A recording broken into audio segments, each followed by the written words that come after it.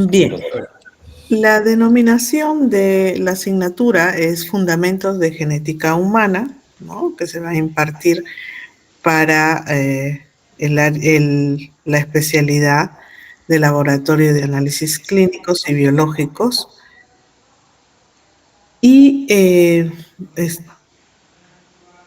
empezamos entonces, esta semana debió empezarse el 6, pero de acuerdo a la decisión que tomaron, se está empezando hoy, lo vamos a llevar a cabo los martes y los jueves y debemos estar terminando en la semana del 28 de septiembre, ¿no? Tiene 4 créditos, entonces, si bien es cierto, acá dice 16 semanas, de las cuales 8 horas, perdón, 16 horas, perdón, de las cuales 8 horas van a ser dictadas, ¿no? Sincrónicas, y las otras 8 horas son asincrónicas porque están dedicadas a, a los productos académicos que ustedes van a presentar para cada unidad y que yo ya les voy a indicar en qué consisten, ¿no?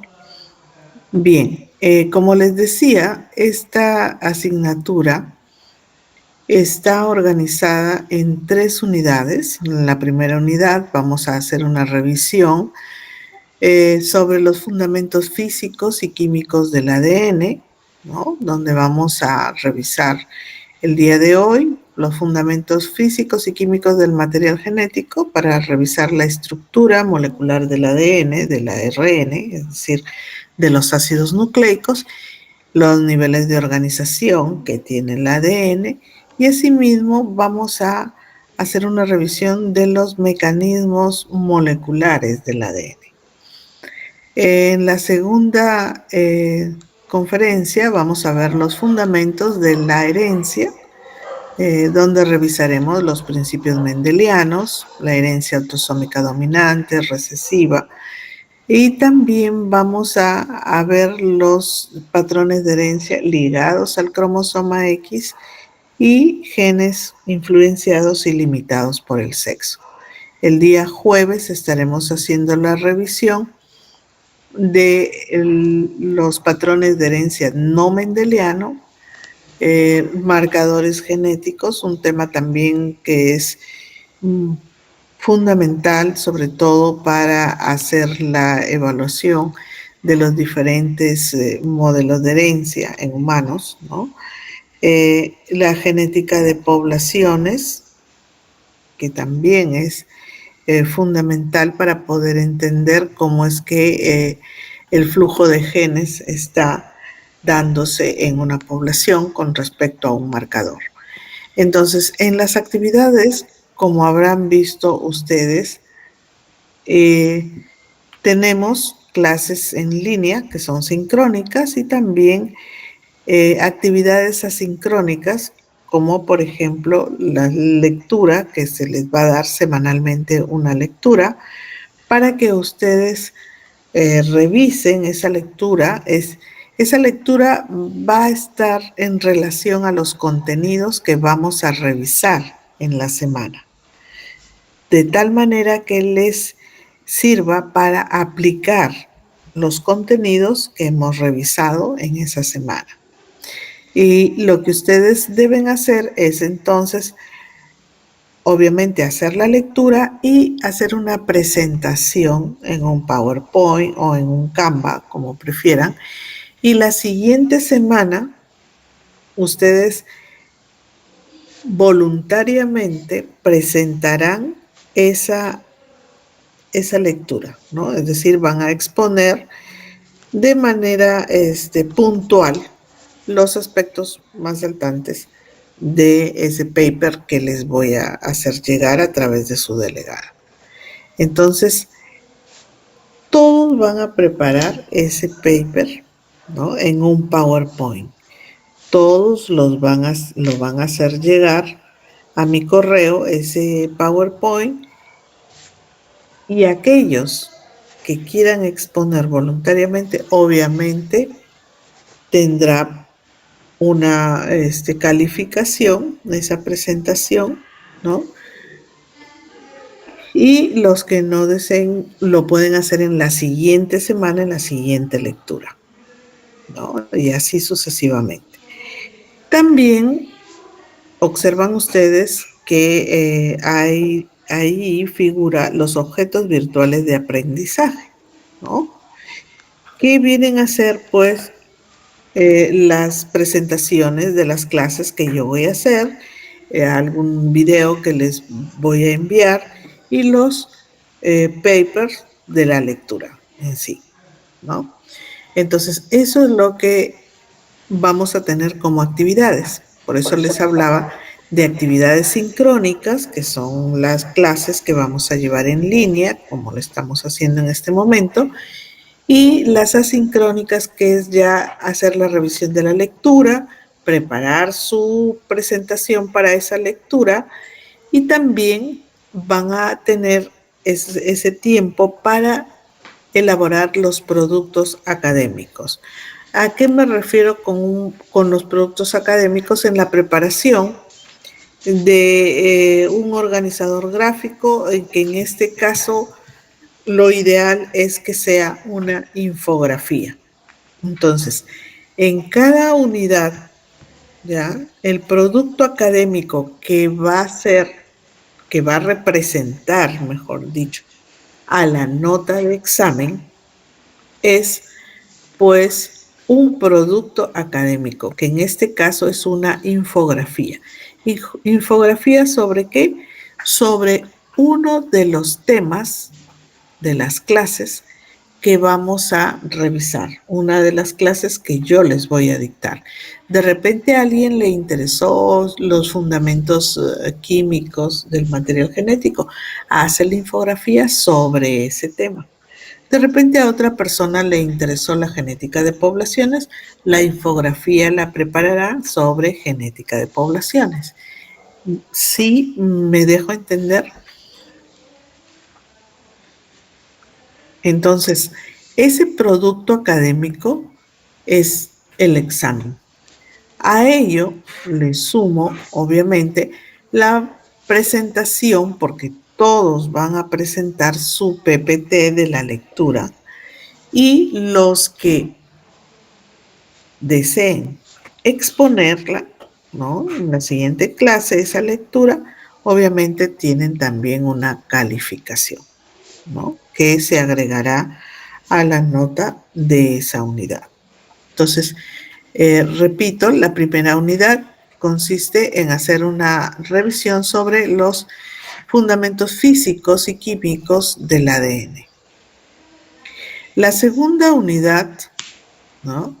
Está denominada como la base cromosómica de la herencia, ¿no? Y vamos a hacer una revisión sobre cariotipo, sobre bandeo cromosómico, las diferentes técnicas que existen tanto para la obtención de cromosomas como también para las coloraciones que existen para determinar alteraciones en los cromosomas, ¿no? Tenemos también mutaciones cromosómicas de tipo numérico, también mutaciones cromosómicas estructurales, ¿no? Tenemos la lectura que les voy a alcanzar a ustedes. Vamos a hacer una revisión también acerca de mutaciones moleculares, ¿no? Entonces, eso nos va a permitir también hacer una revisión, porque no es solamente ver el daño, sino ver qué mecanismos tiene la célula para hacer la reparación de esos daños, ¿no? Tenemos también vamos a ver en esta unidad, las bases genético-moleculares del cáncer, ¿no? Ver los mecanismos por los cuales los protooncogenes se convierten en oncogenes y conducen a una neoplasia, ¿no? En la tercera unidad, ¿ya? En la tercera unidad ya vamos a ver aspectos de la genética, las aplicaciones de la genética humana, ¿no? Por ello es que comenzamos haciendo una revisión sobre la base metodológica del análisis genético, ¿no? ADN recombinante y todo ello, ¿no? Y también vamos a ver el aislamiento de ácidos nucleicos, las enzimas de restricción, los vectores de clonación, en fin, y las técnicas también una revisión sobre técnicas para poder hacer mm, clonación, se puede decir, de moléculas de ADN, ¿no? Utilizando obviamente PCR. Vamos a revisar también aspectos sobre la secuenciación del ADN, sobre las microarrays. También vamos a revisar los mecanismos genéticos que están comprobados en las enfermedades autosómicas dominantes y recesivas, ¿no? De las cuales, como pueden observar ahí, son varias de ese tipo de mutaciones, así como enfermedades ligadas al cromosoma X, ¿no? ¿Qué mecanismos se están presentando en ese tipo de enfermedades, ¿no? Y tenemos también enfermedades de herencia multifactorial, como la hipertensión, la diabetes, la susceptibilidad a enfermedades infecciosas, en fin. Y tenemos farmacogenética y farmacogenómica, que también son temas en los cuales debemos estar ahora, tener también un bagaje de conocimiento para ver qué es lo que se está, qué técnicas se están aplicando, qué se está haciendo, ¿no? En terapia génica también. Y finalmente vamos a ver consejería genética, ¿no? Van a haber actividades complementarias que serían el análisis de las lecturas. Y son 2 lecturas, porque una va a ser en la primera unidad y la otra en la segunda unidad. En la tercera unidad, en lugar de la lectura, tenemos este trabajo que es la elaboración del árbol genealógico, ¿no? Específicamente de cada uno de ustedes, es decir, cada uno de ustedes va a elaborar su árbol genealógico con alguna característica que hayan observado que se está presentando en su familia. ¿Cómo van a elaborar el árbol genealógico? Cuando veamos los diferentes patrones de herencia, ahí yo les voy a dar las indicaciones de cómo es que se elabora una genealogía. Además, les alcanzaré un instructivo, le alcanzaré a la delegada para que les comparta y puedan ustedes orientarse para la elaboración de la genealogía. Esa genealogía la van a presentar ustedes tanto en un PPT que me lo van a enviar a mi correo, como también van a hacer la presentación en clase, ¿no? Ese es se puede decir el examen final, la presentación final, ¿no? De la asignatura, ¿ya? Entonces, ese es el trabajo final de la asignatura de fundamentos. Tienen ahí la evaluación, que como ya les vengo diciendo, en cada unidad, cada producto académico consistirá en la evaluación de la unidad. Y saben bien ustedes que en la universidad existen pues las normas de evaluación, los requisitos de aprobación, la nota mínima de aprobación es 14, ¿no? Y obviamente para obtener la nota aprobatoria es necesario contar con más del 50% de las unidades aprobatorias, que bueno, en este caso es decir, todas, porque son 3 unidades, por tanto deben ser 2 unidades las que deben estar aprobadas. Y ahí tienen mi correo electrónico para cualquier consulta y la bibliografía que pueden ustedes también consultar para la elaboración. Además que sabemos pues ahora que existe bastante acceso a la información, ¿no? ¿Alguna consulta que quisieran hacer, por favor? Profesora, una preguntita. Sí, diga. El, el tema de esos trabajos que va a dejar y que me va a mandar los temas para poder exponerlo, ¿se va a hacer de forma individual, grupal, de dos? Sí, las lecturas son individuales. Las lecturas son individuales. Los productos académicos también son individuales, cada uno, porque es lo que representa su examen de unidad. Entonces, no puede ser grupal. ¿Sí? Y también el último trabajo es la genealogía. Van a elegir un carácter que ustedes están observando en su familia. Por tanto, va a ser individual.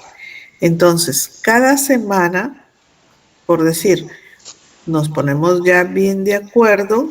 Esta semana tenemos clases martes y jueves. Entonces, ustedes deberán entregar el día lunes a mi correo electrónico hasta las 11:59 p.m. la infografía más el análisis, o mejor dicho, el PowerPoint de la lectura que les voy a alcanzar.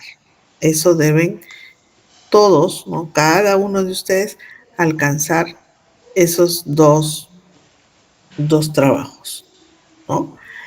En la siguiente semana vamos a tener también así clase martes y jueves, y el siguiente lunes me alcanzaría de la segunda unidad. O sea, cada semana vamos a revisar una unidad. ¿Sí? O ¿Me sea, dejan? profesora, usted nos va a enviar el documento con los temas que cada uno tiene que pasarlo a PowerPoint, ¿verdad? Yo Pa- y- les, yo les voy a dar la lectura para que ustedes hagan el PowerPoint, pero para la infografía, ustedes van a elegir de las clases que yo les voy a dictar, van a elegir un tema. Por decir, me interesó genética de poblaciones. Sobre ese tema hago la infografía. Las presentaciones que yo voy a hacer en mis clases, yo le voy a alcanzar a usted para que les comparta a sus compañeros y les sirva de orientación. Pero aunque parezca sencillo hacer una infografía, pues requiere o me permite a mí eh, evaluar, ¿no? Me permite a mí evaluar la capacidad de síntesis, de comprensión y también de investigación sobre el tema, ¿no? Profesora, ¿y el tema de la exposición de cuáles o De cómo se la, va a manejar? de la lectura que yo le voy a enviar, ¿no? Que se la debo enviar mañana más tardar. De esa lectura, ustedes van a hacer un PowerPoint. No quiero que sea extenso, sino de lo fundamental, de lo principal que se dé, ¿ya? Y va a estar referido a las clases que yo les voy a dar. O sea, es una lectura de aplicación. De eso, ustedes van a hacer un PowerPoint. Ese PowerPoint me lo van a mandar junto con la infografía. Y el día martes, el próximo martes, van a hacer la presentación de esa lectura, que nos llevará unos 10 a 15 minutos, ¿no? Y que, como les decía, esa presentación, ustedes dicen, algunos de ustedes, yo voy a presentar, doctora, ya otros pueden agregar, participar agregando información, es válido, y se les va registrando sus participaciones. ¿Sí? ¿Me Sí. dejo entender? Sí, ¿verdad? Bien. Profesora, Entonces, tengo una sí, duda. ¿La infografía es solo la primera unidad o cada unidad es en un... cada unidad, porque como les decía, esa es su nota, es prácticamente su examen. Y el PowerPoint es Son solamente como un para la resumen, primera y la segunda unidad. primera y segunda? Así es. Para la tercera, como tienen la presentación de su genealogía, entonces no les abrumo con la lectura.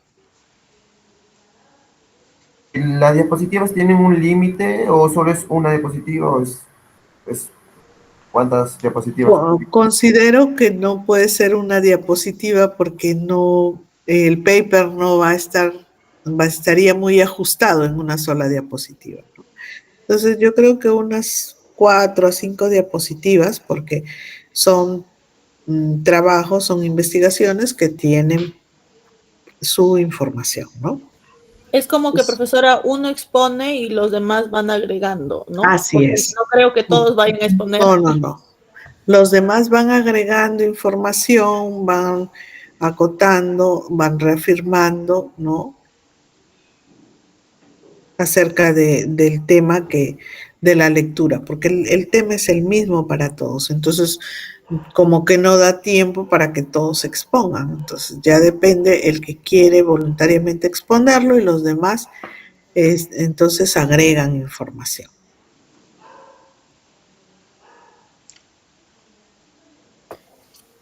Profesora, una pregunta. El PPT entonces no sigue un formato, una estructura modelo. Es a libre albedrío. Así es. Sí. De la información que ustedes consideran más importante, ¿no? Doctora, pero esas diapositivas que se van a realizar en base al tema de la lectura que usted nos va a brindar, ¿no? O sea, ese Así va a ser es. nuestro núcleo y en base a ello nosotros vamos a armar nuestras diapositivas, ¿no? Así es. En base a esa lectura. Profesora, una disculpe, consulta, la infografía no se va a exponer, ¿verdad? No, la infografía no se expone, solo la envían a mi correo junto con las diapositivas. En el caso de la infografía, es una por cada unidad que va a ser la primera y la segunda unidad, como usted lo La estaba tercera mencionando. también. La tercera dijo la presentación de la genealogía. No va a haber lectura. No, la infografía. Claro, no va a haber lectura, pero sí hay infografía. No va a haber lectura porque va a estar la genealogía. Ya, en el caso de la infografía, se va a presentar al final de cada Unidad. terminada la unidad, ¿no? Sí, así es. Ok.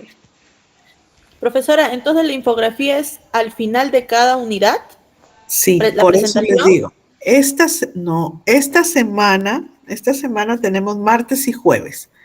Ustedes deben presentar su infografía y el PPT de la lectura el día lunes siguiente, ¿no? Ajá, sí. Y así, tenemos clase la próxima semana, martes y jueves, la presentación será el siguiente lunes, después de que se dicten las clases. Profesora, ¿Sí? entonces para quedar claro, la infografía se van a presentar en las 3 En unidades. las 3 unidades. Pero Sí. cada semana que usted haga clase, nosotros vamos a escoger un tema específico y se va a presentar el lunes hasta las 11:59 de las clases anteriores que nosotros escojamos un tema, ¿cierto? Así es. Así Ya, es. y en cuanto a la presentación que usted, de que vamos a hacer el PowerPoint, es del tema que usted me va a mandar la lista para De que la cada lectura. Así es. de la lectura, ajá. Para la primera y la segunda unidad. Para la primera y segunda unidad. Y esas presentaciones de cada tema que me va a mandar para pasarles a todos, ¿esa también es semanal o solamente es una por unidad? Es una por unidad porque cada semana es una unidad. O sea, la primera lectura me la presentan el 15 de septiembre. La lectura, o sea, el PowerPoint de la lectura con la infografía. El Ya, 15, claro. Una primera unidad. semana cada unidad, ¿no? Ajá. El 22 me presentan de la siguiente unidad, ¿no? Y el 29 de la tercera unidad. ¿Sí? Sí, profesora. Profesor, tengo una duda. El Diga. tema que nos va a dar, ¿tiene que ser igual a la infografía o son dos temas diferentes? Eso no me queda claro. No, el tema, o sea, la lectura que yo les voy a dar es un paper que, donde se aplica lo que vamos a revisar en la semana, ¿no? En la unidad. Y la infografía, ustedes eligen de las clases que yo les voy a dictar, eligen un tema. Y de ese tema hacen la infografía. Ok, profesora, ya. ¿Sí? Sí. Ya está. Doctora, discúlpeme, Sí, diga. para redondear todo esto, ¿no? La Ya. infografía que usted nos va a dar el tema para hacerlo, ¿cierto? Esa infografía lo vamos a realizar, lo vamos a evaluar de acuerdo al tema que usted nos brinda y nosotros lo vamos a tener ahí para presentarlo el día lunes directamente a su correo, ¿cierto? A mi correo. Listo. En el caso de las lecturas que usted va a brindar, ¿cierto? Nosotros en ese paper que usted va a brindar, de ese paper nosotros vamos a hacer Un cuatro PowerPoint. a Sí. 5 diapositivas mínimo, ¿no? Y Así. obviamente, si es que nosotros queremos, ¿cierto?, exponerlo, nosotros podemos exponerlo y los demás compañeros sí pueden agregar información y obviamente ahí cada uno gana nota de acuerdo a Por las participaciones. supuesto. Así es.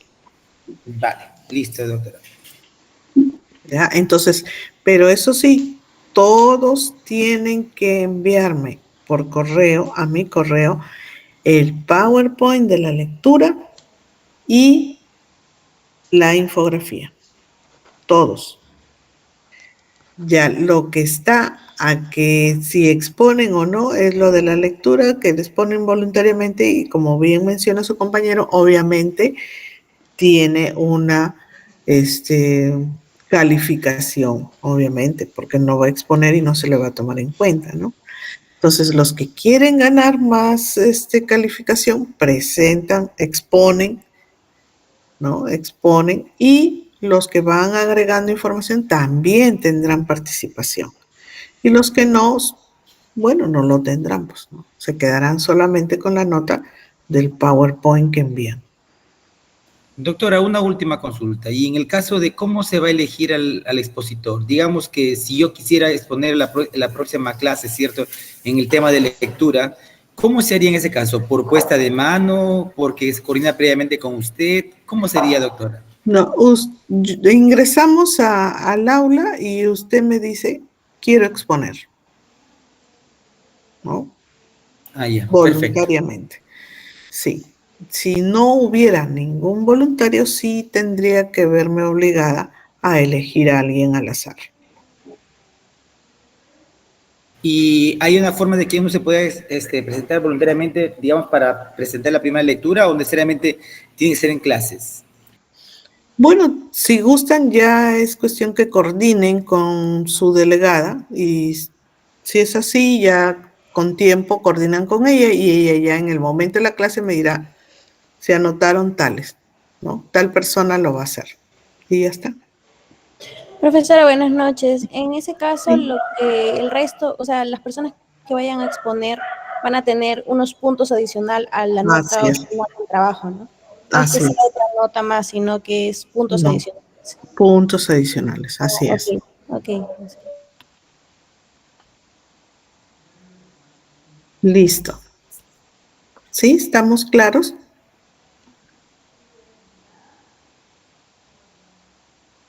¿Alguna otra pregunta?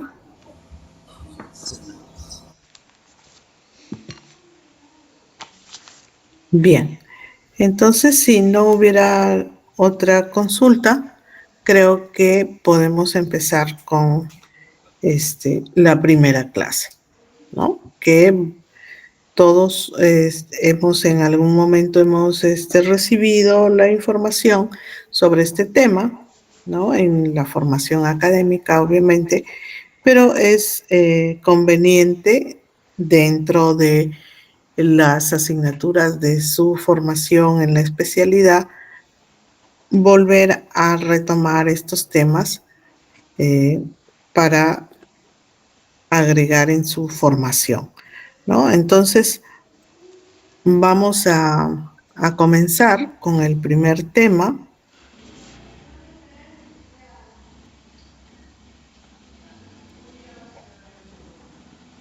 Y me dicen si se llega a ver, si se observa. Sí, doctora, se puede observar. Bien, entonces como les decía, pues cuando nosotros nos referimos, obviamente, a genética, inmediatamente pensamos en los ácidos nucleicos, ¿no es cierto? En el material genético que es el ADN, ¿no? Y que obviamente acompañado a ese ADN también hay otra molécula dentro de los ácidos nucleicos que es el ARN. Entonces, los ácidos nucleicos sabemos bien pues que son macromoléculas que están constituidas por largas cadenas de nucleótidos y que estos son necesarios para el almacenamiento y la expresión y la transmisión de la información genética, ¿no? Entonces, recordando un poco acerca de las biomoléculas, ¿no es cierto? He considerado iniciar por ARN, ¿no? Me diríamos por qué empezar por ARN, porque por historia sabemos que este fue pues el primer ácido nucleico que aparece por esta capacidad que tiene, esta capacidad autocatalítica, es decir, se forma solo sin necesidad de tener otra plantilla ni nada por el estilo. Entonces se crea por la polimerización de ribonucleótidos y forma una cadena de moléculas utilizadas en el proceso de transferencia de la información. Nosotros vamos a revisar y vamos a ver que pues producto de la transcripción se forma un ARN conocido como ARN mensajero, ¿no? Y que va a ser el que va a llevar la información para que ésta se lea en la traducción y se forme una cadena polipeptídica, ¿no? Como les decía, este ácido nucleico, ¿no? Es el más abundante en la célula. Se dice que una célula tiene 10 veces más ARN que ADN, ¿no? Y hay que recordar que ¿por qué ARN? Porque el azúcar presente en este ARN es la ribosa, a diferencia del ADN que es la desoxirribosa, ¿no? Entonces, esto pues ya indica que en esa posición 2' del anillo del azúcar hay un grupo hidroxilo, un grupo OH que está libre y entonces ese OH es químicamente inestable, ¿no? En el ARN también hay que tener en cuenta que la base que se va a complementar con la adenina es un uracilo. Por tanto, no existe en el ARN la tipina, ¿no? En la mayor parte de los casos es un polímero monocatenario, es decir, es una sola cadena, ¿no? Pero en algunos casos puede presentar zonas en su secuencia con apareamientos, como pueden observar acá en esta imagen, ¿no? En donde sí forman como horquillas, ¿no? Y se dan apareamientos entre las bases que lo están conformando, ¿no? Este ARN lo vamos a encontrar en mayor cantidad, obviamente, a nivel del citoplasma, pero eso no quiere decir que en el núcleo no haya ARN. Nosotros sabemos que está el ARN ribosómico, ¿no es cierto? Que está a nivel del nucleolo.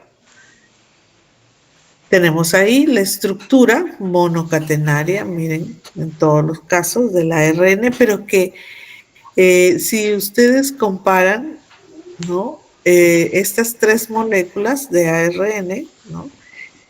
Son distintas por la conformación que tienen. Si a ustedes lo observan acá, cómo tienen esta forma lineal, pero bien, bien recta, se puede decir, y por eso lo llaman como TNA, ¿no? Y en este otro caso también las bases están abiertas, por tanto ya no es un ARN, ¿no? Ya no se le conoce así.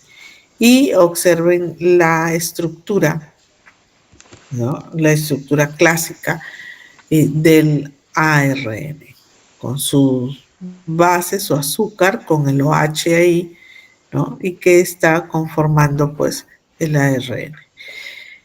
Esta molécula, obviamente, hay de diferentes tipos de ARN. Algunos se les conoce como ARNs precursores, otros como ARNs que están implicados en la síntesis de proteínas. Y estamos hablando ahí, nos estamos refiriendo pues al ARN mensajero, al ARN ribosómico, al ARN de transferencia, ¿no? Y los ARN reguladores, aquellos ARN que están actuando silenciando a los genes, ¿no? O en algunos casos también sirven para impulsar la expresión de un gen. Entonces, lo más frecuente es que actúen silenciando genes, como en el caso de la inactivación del cromosoma X, por ejemplo, en el cual es un ARN del gen cis el que inhibe a ese cromosoma X en el caso del sexo femenino,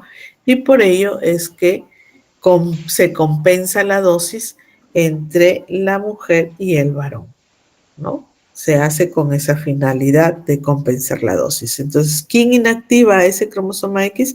Un ARN del gen cis. Bien. Como les decía, existen los ARN precursores, y aquí están los que se denominan como precursores, como iniciadores, porque aquí tenemos al ARN heteronuclear, y nosotros sabemos que se refiere específicamente pues a un ARN mensajero que aún no sufre la maduración, ¿no? Sino que todavía no es funcional ese ARN heteronuclear, ¿no? Porque para que se convierta en mensajero tiene que sufrir una maduración, ¿no? Pero antes de madurar recibe ese nombre de ARN heteronuclear o heterogéneo nuclear. Luego tenemos el ARN nucleolar, que se sintetiza en el nucleolo, ¿no? Y que tiene una masa molecular de 45S, que actúa como un precursor de parte del ARN ribosomal, ¿no? Entonces son los ARNs que van a sintetizar a los ribosomas, es decir, que van a formar parte tanto de la subunidad mayor como el ARN 28S, el ARN 5,S, 5,8S, y el ARN 18S, que forma parte de la subunidad menor. Los ARNs también, obviamente, los relacionamos con la síntesis proteica, ¿no es cierto? Es un tipo de ARN considerado así dentro de la clasificación. Y tenemos al ARN mensajero aquí, ¿no? Que es el ARN heterogéneo nuclear que ya maduró.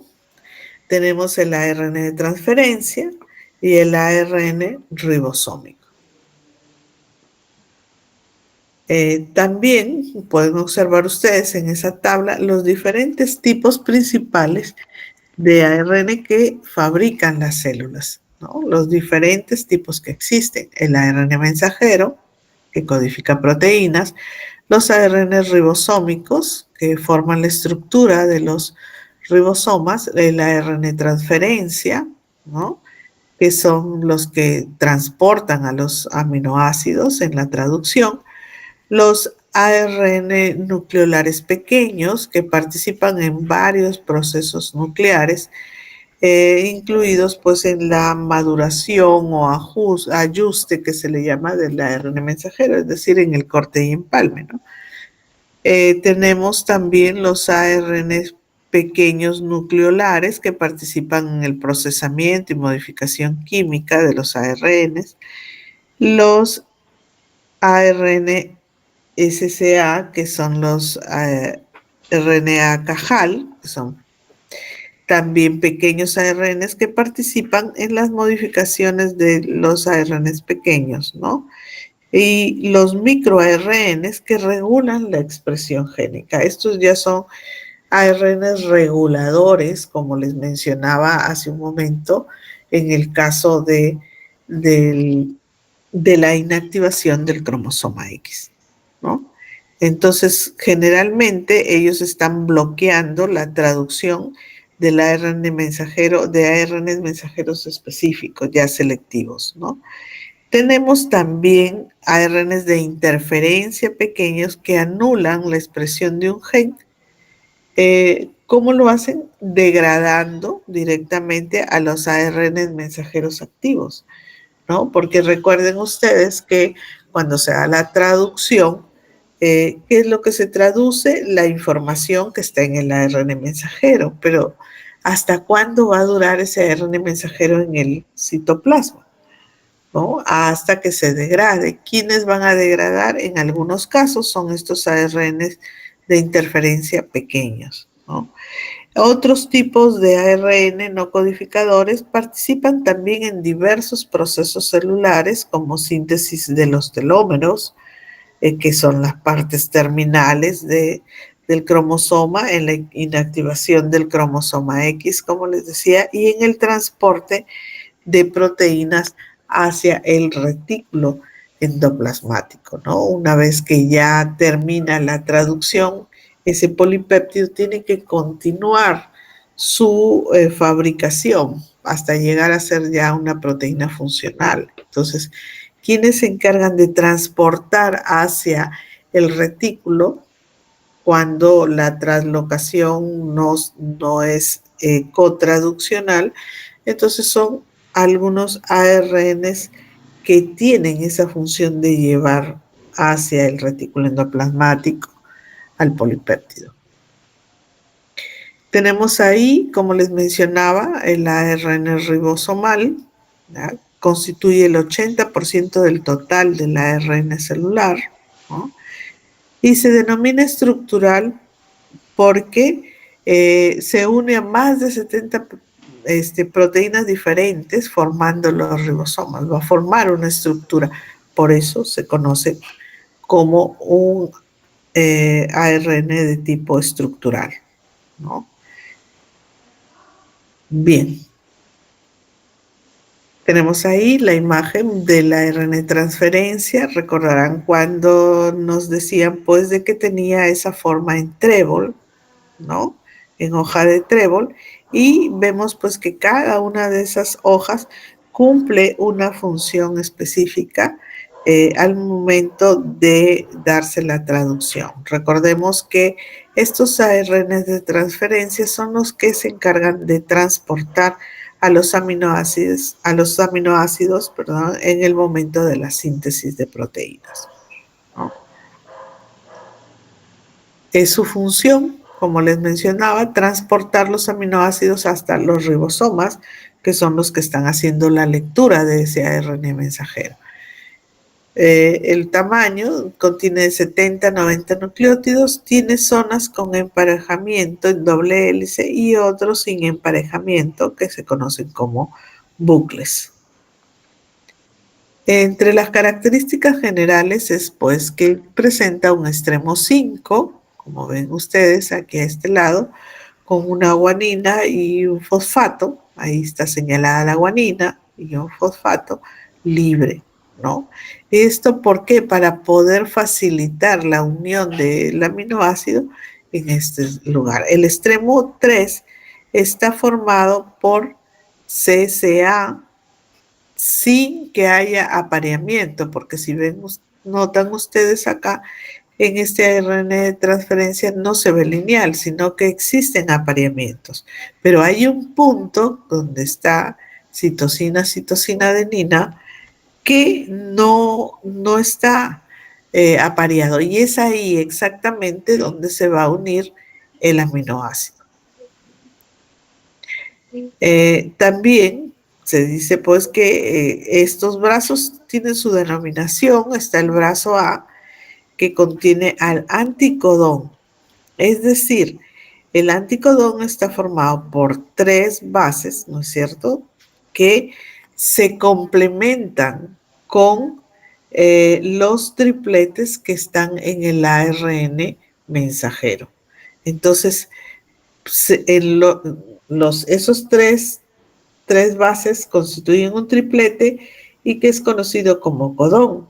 Entonces, en el ARN de transferencia estará el anticodón, que se complementa con ese triplete, ¿no? Tenemos también el brazo D y el brazo T, ¿no? El brazo D de unión al aminoácido ARN sintetasa, ¿no?, una enzima que es la encargada de catalizar esa unión del aminoácido aquí en el ARN de transferencia y que es altamente específica. Y el brazo T, que tiene timina, y porque aquí se va a fijar el ribosoma, por eso tiene esa denominación.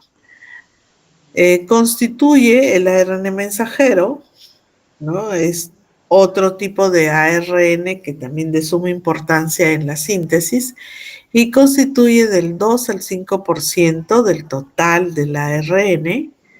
Tiene una longitud variable, ¿no?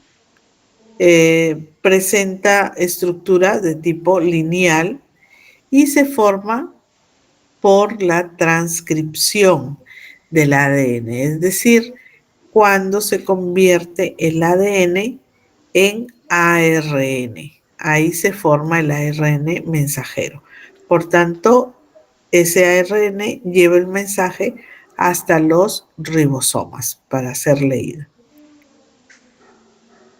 Según la información que lleve, este ARN mensajero puede ser monocistrónico en eucariotas, es decir, cuando nos referimos a monocistrónico, recuerden que nos referimos a que esa información que lleva sintetiza una sola proteína.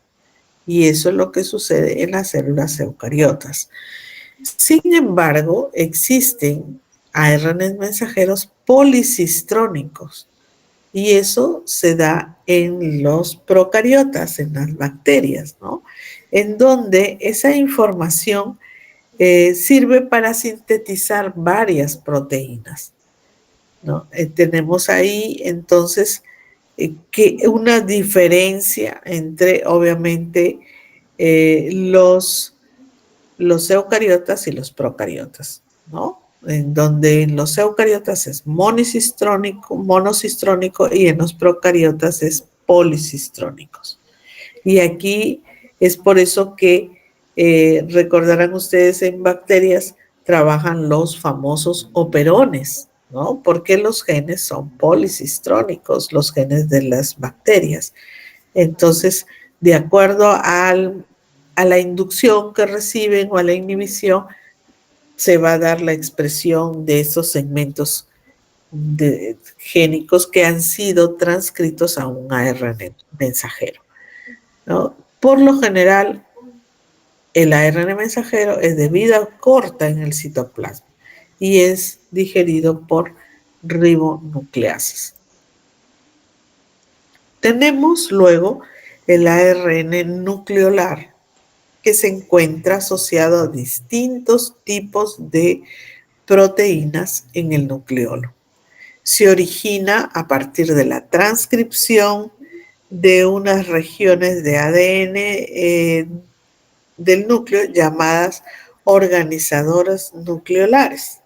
Existen en el caso de genoma humano, está en los cromosomas 13, 14, 15 y 21 y 22, ¿no? Están ahí esas regiones organizadoras nucleolares en esos 5 pares de cromosomas.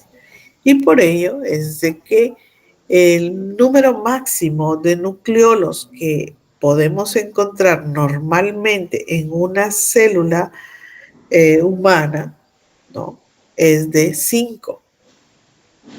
¿No? Ahora, va a depender del estado transcripcional en el que se encuentre esa célula. ¿no? Porque a veces observamos un solo nucleolo. Ustedes dirán, pero cuando yo he visto en mis cortes, aquellos que se dedican en la parte de patología a leer las láminas, ¿no es cierto?, de las biopsias, vemos en los tejidos a veces un solo nucleolo, si es que esa célula está transcripcionalmente activa, está en una elevada síntesis de proteínas. Pero ustedes dirían, pero si la relación podría ser de que si está sintetizando, deberían haber 5 nucleolos, pero no es así. Lo que sucede es que el nucleolo, recordarán ustedes, que es una estructura que no tiene membrana. Por tanto, se reúnen esas zonas organizadoras del nucleolo y forman un solo nucleolo cuando están activos, ¿no? Cuando están en una elevada síntesis de proteínas. Y luego se pueden disgregar y, como les digo, máximo 5. Ahora, la forma del nucleolo es esférica. Eso es lo normal. Pero cuando ya vemos en una lámina que la forma de ese nucleolo ya no es esférica, ya es irregular, ya está, a veces se ve cuadrada, a veces se ve en forma de rombo, eso ya no es normal. Y estamos ante ya un cambio, ¿no? Porque esas regiones organizadoras del nucleolo son muy sensibles. De tal manera que cuando hay un cambio a nivel del ADN, son las primeras, se puede decir, que captan o que registran esos cambios, ¿no? Entonces, cuando ya observamos cambios en la forma de los nucleolos, definitivamente ya hay un daño a nivel celular, ¿no?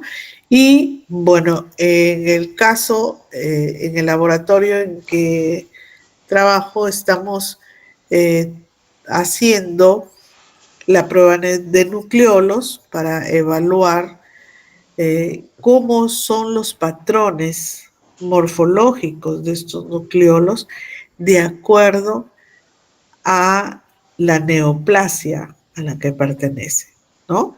Por decir, hemos encontrado que cáncer gástrico, la forma que adoptan los nucleolos es una forma cuadrada.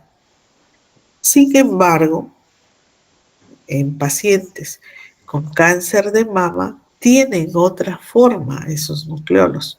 Son irregulares definitivamente porque no son esféricos, pero tienen formas lobulares, ¿no? Arrocetadas, otras como un rombo.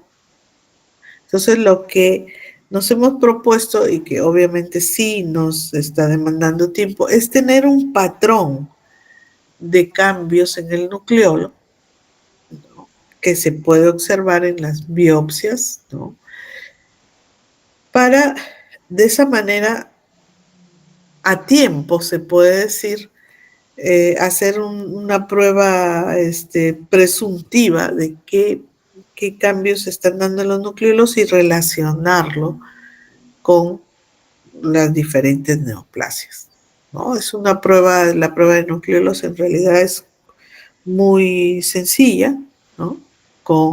Se trabaja con plata, como saben ustedes bien, a nivel de laboratorio. Si queremos observar nucleolos, tenemos que hacerlo pues con plata, es una coloración con plata, y se observan los nucleolos. Entonces, también encontramos, pues, como les digo, en nuestros cromosomas son 5 pares de cromosomas, ¿no?, los que presentan estas regiones organizadoras del nucleolo. Por tanto, lo normal es encontrar de 1 hasta 5 nucleolos. En algunos casos, cuando ya hay daño, estas zonas se fraccionan y entonces vemos más de 5 nucleolos, lo cual nos indica que ya hay daño celular. A veces se encuentran 7, 8, hasta más, hasta pulverizados los nucleolos, ¿no? También les mencionaba que existen ARN reguladores y existen muchos tipos de ARNs que regulan la expresión génica, ¿no? ¿Y por qué? Porque son complementarios, ¿no?, de regiones específicas de ARN o de genes del ADN. Entonces, aquí están entre estos ARN reguladores los ARN antisentido, que hoy en día ya también, gracias a la existencia de estos ARN antisentido, hoy en día se aplican como terapias para silenciar genes que no deberían estar activos, ¿no? Es la famosa terapia antisentido. Y tenemos también ARNs de interferencia, y aquí están los microARNs, los ARNs interferentes pequeños, y también están los ARN asociados a PIWI. ¿Qué es PIWI? Es una proteína que está trabajando sobre todo en las células germinales, ¿no? Es ahí donde trabajan estas proteínas PIWI que se asocian a los ARN. Por eso se les conoce así, como ARNs asociados a PIWI. En el caso del ARN antisentido, vendría a ser pues la hebra complementaria de un ARN mensajero. ¿Y qué es lo que hacen? Inhiben genes. Y pocos son los que activan la transcripción. La mayoría inhiben la expresión de genes.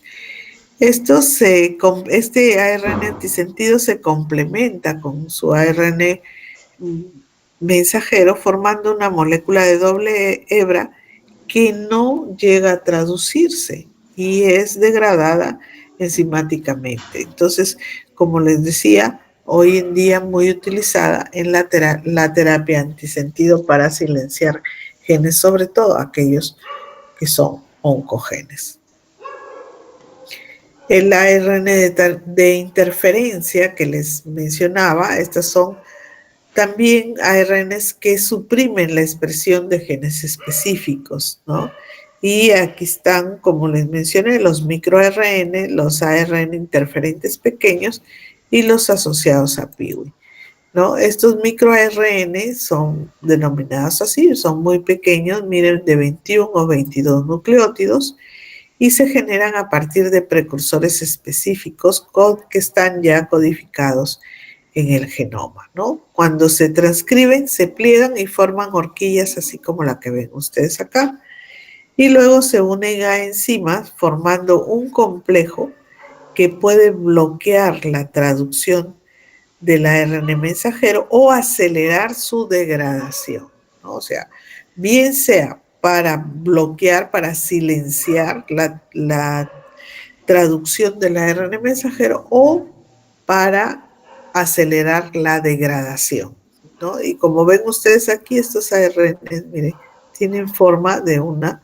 horquilla, ¿no? Entonces, ¿hacia dónde se unen? Hacia la cola de poli A para degradar esa cola de poli A, que es la que protege al ARN mensajero, ¿no?, de la acción de las ribonucleases. En el caso del ARN interferente pequeño, ¿no?, están formados por 20 a 25 nucleótidos, se producen por rupturas de ARNs virales, ¿no?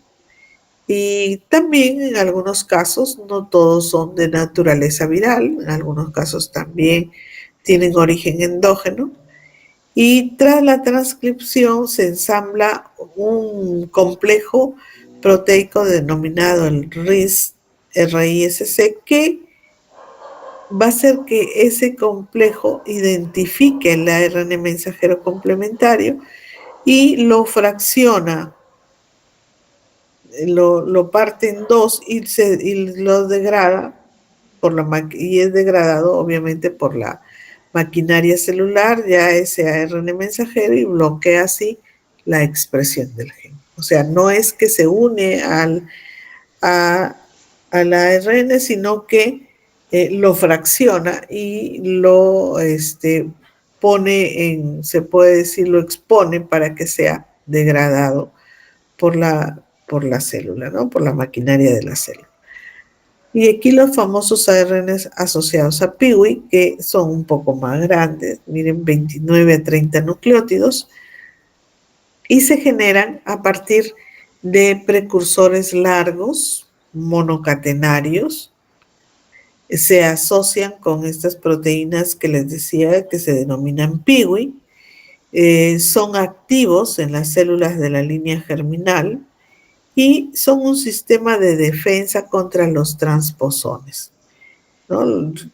Recordarán que los transposones, aquellos genes que tienen esa capacidad de transferirse hacia otro lugar, no están en un solo lugar dentro del genoma, sino que se puede decir saltan hacia otro lado, tienen esa capacidad de ir e incorporarse en otras zonas. Entonces, para evitar que estos transposones, se puede decir, se introduzcan donde no deben, están estos ARN asociados a PIWI. Y obviamente no están expresándose en todas las células, sino en las células germinales. Por eso es que juegan un rol importante en la gametogénesis, porque están defendiendo de que no se altere el material genético, porque ese material sí va a ser el que se va a transmitir, porque estamos hablando de células germinales, ¿no? Entonces son mecanismos de defensa que tiene la célula para poder resguardar el material genético. Entonces hay que tener en cuenta, antes que terminemos de hablar del ARN, que tiene 3 características diferenciales, ¿no? Que el ARN contiene uracilo, en lugar de timina, en el átomo del carbono 2 de su componente del azúcar, ¿no es cierto? Y además de que hay que tener en cuenta de que es monocatenario, ¿no?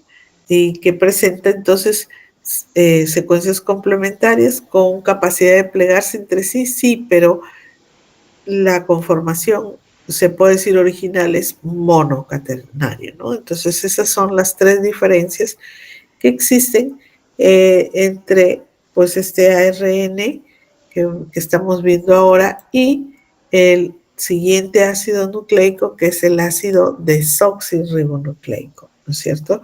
El famoso, se puede decir, ADN. Y este ácido nucleico, el desoxirribonucleico, también son polímeros, como en el caso del ARN, pero son polímeros que están compuestos por desoxirribonucleótidos, que tienen como función almacenar y transmitir la información genética necesarias, obviamente, para el funcionamiento de un organismo vivo y también en algunos casos, en algunos virus, ¿no? Se sabe que el ADN nuclear viene a ser el 99.99% de todo el material genético en un organismo, y el ADN mitocondrial tiene el 0,005%, ¿no? También hay que tomar en cuenta que el ADN nuclear es de tipo lineal. Sin embargo, en el caso pues de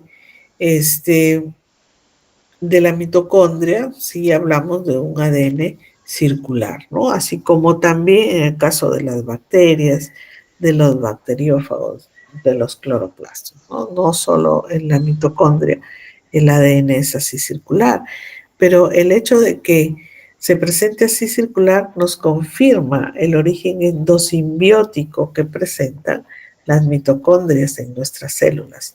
Recordemos que mucho se habla de esa teoría, ¿no? Que las mitocondrias aparecen por un mecanismo de endosimbiosis de unas bacterias que producían oxígeno, ¿no? Y es por ello que ellas Ya de ahí ingresan a la célula y se quedan ahí para siempre, cumpliendo la función energética que sabemos que tiene la mitocondria en nuestras células. Bien, cuando hablamos entonces del ADN, enseguida pensamos en nuestro genoma, ¿no? En el genoma humano presenta tanto un genoma nuclear como un genoma mitocondrial. Y observen ustedes que hasta el momento se habla pues de una inmensa cantidad de genes, miren, ¿no?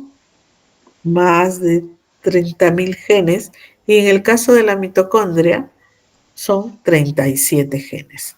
Ahora, dentro de este genoma nuclear hay secuencias, hay genes y secuencias que están relacionados y también hay ADN extragénico.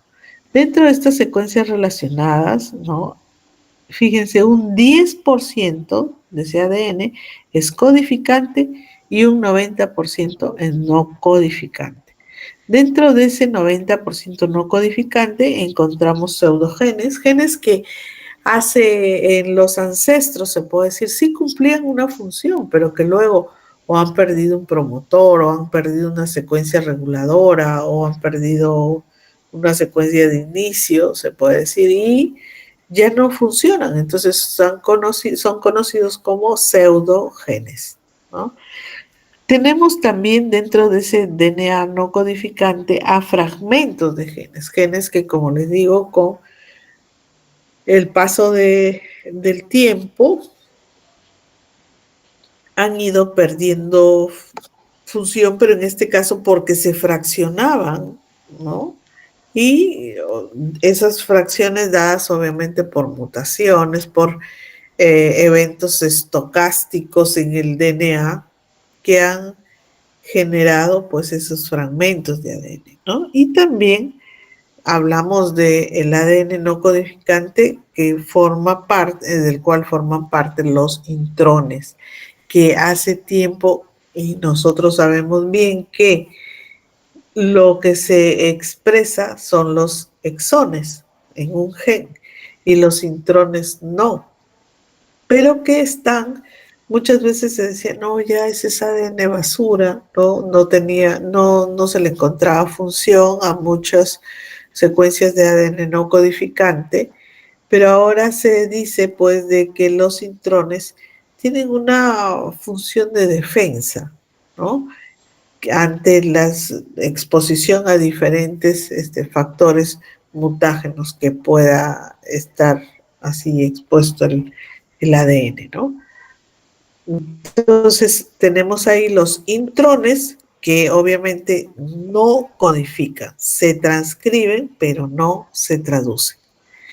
Por otro lado tenemos al genoma mitocondrial, que como les decía, pues ahí se codifican 37 genes. Dos de estos genes que pertenecen a los ARNs ribosomales, ¿no? 22 genes de ARN ribosómico también, ¿no? Y 13 codifican proteínas que participan en la cadena respiratoria, ¿no? Y algunas otras proteínas que aún en algunos casos no se llega a determinar y en otros, miren, recordemos que la mitocondria, su función principal va a ser pues la generación de energía y por tanto es un lugar donde se están dando la generación de una gran cantidad de radicales libres, ¿no?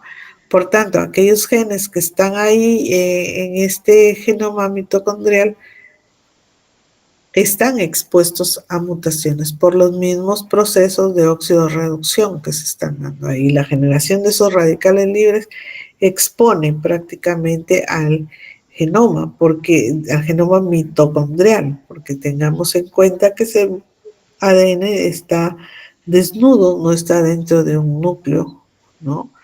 Y por tanto está expuesto a a la acción de radicales libres, a mutaciones. Entonces, en estas 13 proteínas se encuentran también proteínas que están involucradas en la beta oxidación de ácidos grasos, en donde si estas proteínas fallan, ¿no?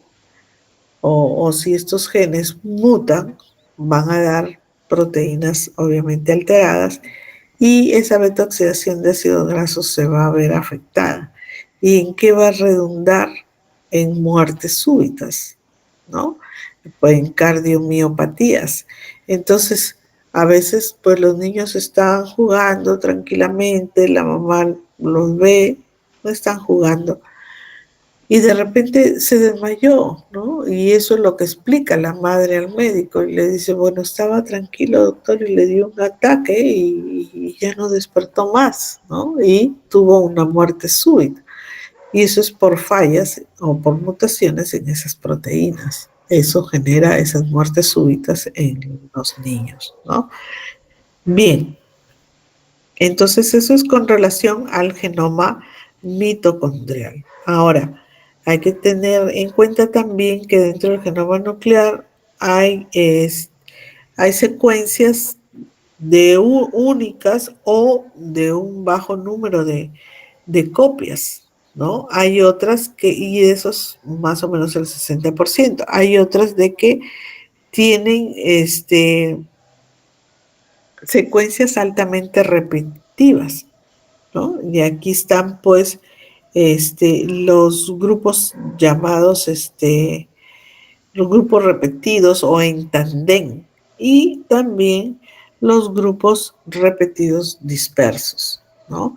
Estas secuencias que aparentemente uno dice, pero si no están codificando nada en específico, una proteína, por decir funcional, pero sin embargo, hoy en día se ha utilizado ya a estas secuencias así en tandem como marcadores no génicos, ¿no? Que nos permiten identificar individuos y que muchas veces ya está determinado que la presencia de estos marcadores no génicos en una persona, todos los tenemos, pero en diferentes secuencias, ¿no?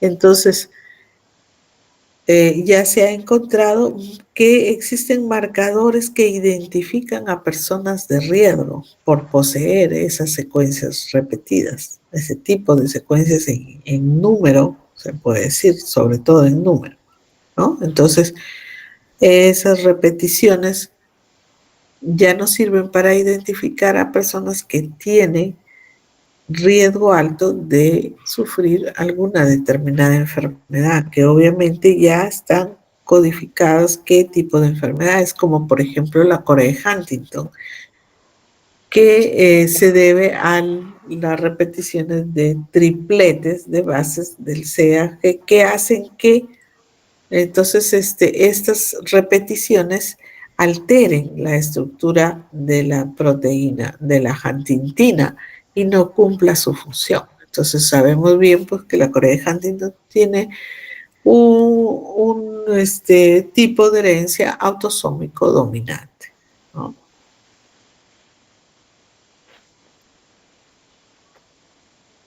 Bien, entonces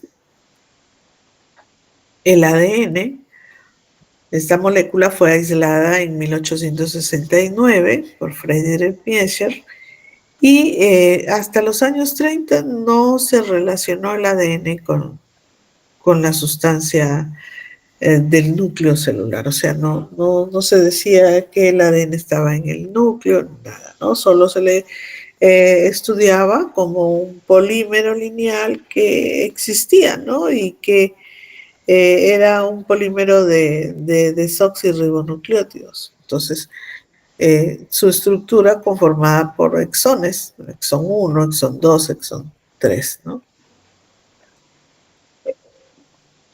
En cuanto a los tipos de ADN, existe ADN monocatenario o de una cadena, en algunos virus, por ejemplo, existe así ADN monocatenario lineal.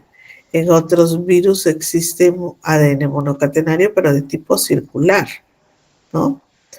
El ADN bicatenario o de doble cadena, ¿no? O doble lineal está pues en el núcleo de nuestras células, ¿no? Y de todas las células de organismos eucariotas.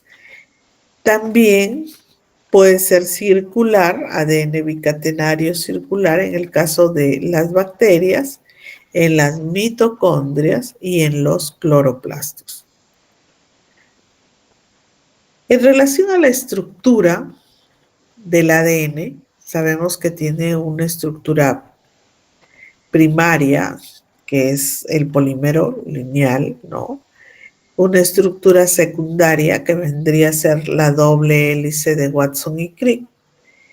Y también se conoce, pues, de una estructura en superenrollamiento, que sufre diferentes niveles de empaquetamiento, teniendo pues un primer nivel de empaquetamiento, la formación de los nucleosomas, es decir, el ADN organizado alrededor de un octámero de histonas, formando los nucleosomas, o la fibra de cromatina o fibra nucleosómica, ¿no? Y también hablamos de un segundo nivel, el solenoide, ¿no? Y otros niveles que le siguen a este solenoide, que son el bucle o dominio, la cromátide, hasta llegar a cromosoma, que es lo que observamos al microscopio, ¿no? No sé quién quiere entrar, pero bueno. Entonces, les decía,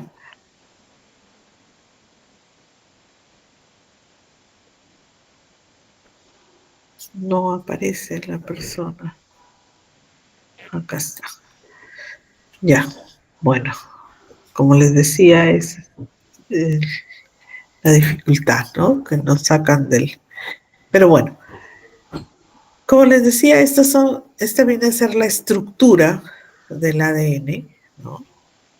Y ahí tenemos, de acuerdo a los niveles que hemos venido comentando, la estructura primaria, un polinucleótido, ¿no?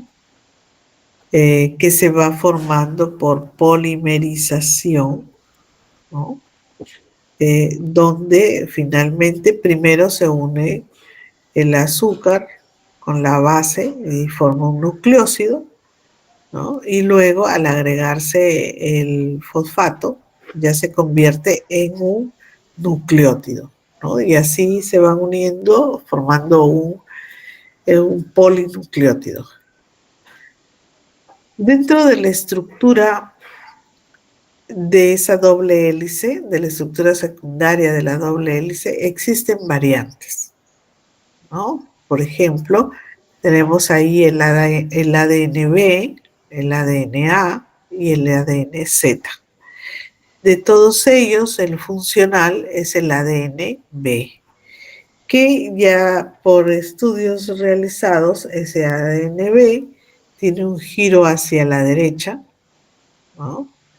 10,5 pares de bases por giro, con 25 grados, ¿no? al girar. También se ha calculado la humedad relativa que presenta, de un 92%. Tiene un surco mayor de profundidad media y un surco menor de profundidad media, ¿no? Entonces, este es el funcional, se puede decir. ¿Por qué? Porque incluso para que se unan los elementos que van a participar en los mecanismos de expresión génica, entonces esta conformación facilita esa unión. Sin embargo, si ustedes observan las otras conformaciones, como que están más aglomeradas, y que eso hace que impidan el que puedan unirse ahí los factores que regulan la expresión génica. Tenemos que tomar en cuenta los niveles jerárquicos de la estructura del DNA, como les comentaba en una diapositiva anterior a la que acabamos de ver, que presenta pues el ADN puede presentar una estructura primaria en la secuencia de nucleótidos, una estructura secundaria, la doble hélice, y una estructura terciaria, hablamos de un ADN empaquetado, de un ADN condensado. Y eso es lo que nosotros observamos al microscopio cuando vemos cromosomas, ¿no es cierto? Es ADN altamente empaquetado, altamente condensado. Entonces, ¿cómo es que se dan estos diferentes niveles de empaquetamiento? Como observan ustedes, tenemos aquí la hebra de ADN, una doble hélice, y que esta doble hélice va a empaquetarse cuando empieza la condensación del ADN a nivel, o cuando hablamos del inicio de la profase, ¿no? Empieza la condensación, entonces el ADN se empaqueta. El ADN nunca está libre, así como una doble cadena, sino que está asociado a histonas, estas esferas que ven de color amarillo ustedes, y que al asociarse ya cambia el diámetro de esa molécula de ADN de 2 nanómetros a 11, ¿no? Entonces tira, se puede decir que ven en rojo, es el ADN que ha dado vuelta en el octámero de histonas. Esta cromatina sigue condensándose y llega a un nivel de un diámetro de 30 nanómetros, ¿no? Y esta fibra cromatínica, ahora ya con estos núcleos empaquetados, forma un solenoide, que se le llama así, una conformación de solenoide, y que ya es mucho más grueso que el anterior. La condensación continúa, ¿no? Y esta fibra, que era de 30, ahora se convierte en 300 con la formación de estos bucles, ¿no? Ahora, luego estos bucles van a dar vuelta alrededor de un entramado de proteínas, ¿no? Y vemos aquí a los bucles, y entonces ya el ADN se ha empaquetado aún más y ya no tiene 300 nanómetros, sino 700, que es el diámetro de una cromátide cuando nosotros observamos al microscopio, ¿no? Y sabemos que 2 cromátidas forman un cromosoma, ¿no? Por tanto, un cromosoma tiene un diámetro de 1400 nanómetros. Y ahí tenemos la fibra de 11 nanómetros que les mencionaba, la fibra nucleosómica, el ADN alrededor de las histonas, y estas esferas amarillas que ven son los octámeros de histonas, ¿no? Que se han unido y han conformado el nucleosoma, y esta que ven aquí, que es la que sella las vueltas que da el ADN alrededor de esos octámeros, son las histonas H1. Y ahí vemos la organización estructural de un nucleosoma, ¿no? Cómo está unido, y vemos incluso cómo si separamos ese octámero de histonas, vemos pues que está conformado por estos 4 tipos de histonas, pero que van en pares, por eso se dice octámero de histonas, ¿no? El H3, el H4, el H2A, el H2B. Lo vemos en un poco de mayor detalle, este ADN que está entre cada nucleosoma, conocido como ADN espaciador, ¿no? Y ven ahí ustedes también un cromatosoma formado por un nucleosoma y parte del ADN espaciador. Y la siguiente conformación, miren, de la fibra nucleosómica, que va a dar vueltas y se va a empaquetar, formando una estructura conocida como solenoide, ¿no? Que va a tener un diámetro de 30 nanómetros. Ahí lo vemos, la conformación del solenoide. Miren, 6 nucleosomas que dan vuelta y que las H1 han quedado en medio. Y ellas son las que reciben la fosforilación y sigue el empaquetamiento, ¿no? Luego, como les decía, sigue los bucles o dominios, en donde esa fibra nucleosómica en forma de solenoide va a formar bucles, ¿no? Va a formar bucles y de esa manera se empaqueta más todavía el ADN. Pero esos bucles se van a formar y se van a unir a un entramado de proteínas llamado el scaffold, ¿no? Y luego, ya en un superenrollamiento a nivel del scaffold, ¿no? Esos bucles, mira cómo dan vuelta y van formando, ¿no? La cromátida, que era lo que les decía. Una cromátida, un cromosoma tiene 2 cromátidas. Si lo vemos así, son cromátidas. Si lo vemos transversal, son brazos, brazo P, brazo Q, ¿no? Y recuerden que cada cromátida con 700 nanómetros y cada cromosoma, por tanto, con 1400 nanómetros. Tenemos el centrómero, la constricción primaria. La constricción vendría a ser el hundimiento, ¿no? Que presenta ahí, como decir, la cintura que presenta ahí ese cromosoma.